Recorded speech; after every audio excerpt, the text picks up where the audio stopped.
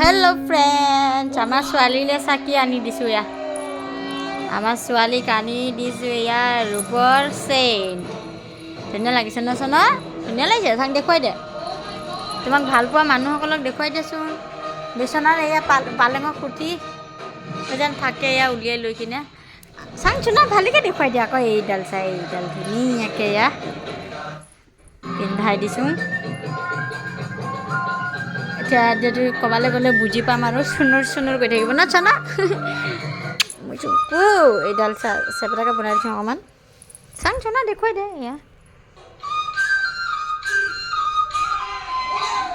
নোমখিনিৰ লগতে লুকাই থাকে।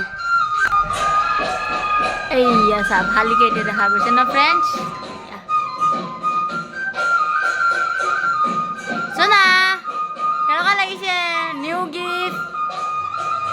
কাপোৰ পিন্ধাই থোৱা নাই, যিহেতু গৰম পায়, সি নিজে নিজে খুলি দিয়ে, সেইটো কাৰণে।